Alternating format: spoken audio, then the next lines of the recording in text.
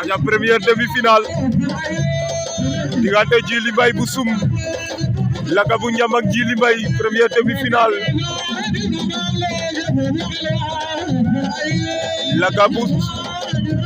Laga bu Njam ak Djily Mbaye bu Sum première demi-finale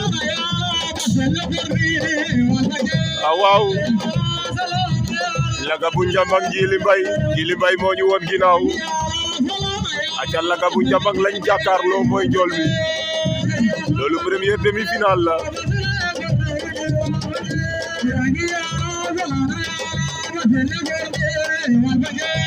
Djily Mbaye jël na tànk Laga génnaat na ca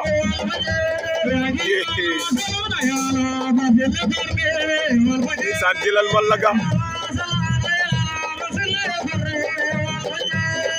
Laga bu Njam ak Djily Mbaye demi-finale bu nar a neex la ndax ñaari technicien lañu ñaari bërekat lañu ñaari attaquant lañu combat bi faaw mu neex combat bi dina saf xorom saf suukar saf kaane aca deuxième demi-finale diggante Ndiaye Ami Faya ko Mame Ndour Ndiaye Ami bu Faya ko Mame Ndour deuxième demi-finale première demi-finale Djily Mbaye Laga bu Njam ak aca fii ci Kër Socé lay xewe Djily Mbaye jëlaat na tànk ba Djily Mbaye jël na tànk Laga mbaa di ci génn Laga génnaat na ca attention Djily Mbaye Laga loolu daanu ko de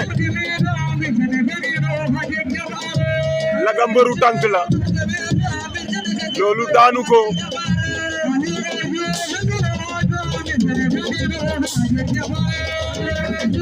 Laga Njam ak Djily Mbaye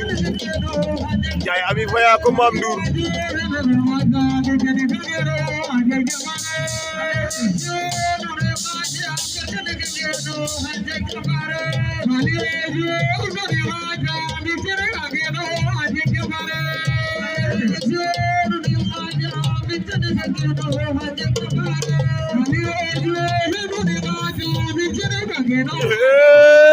Laga bi yoon doo ci génn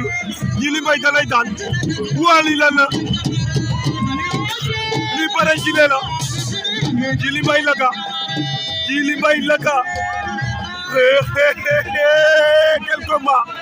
quel demi-finale Laga Djily Mbaye Laga way Papa Yacine Laga daan na Djily Mbaye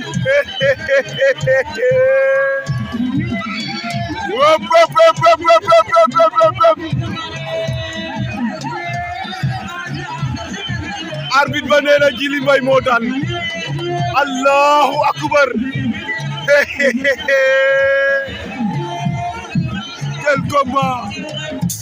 est-ce que arbitre bi juumul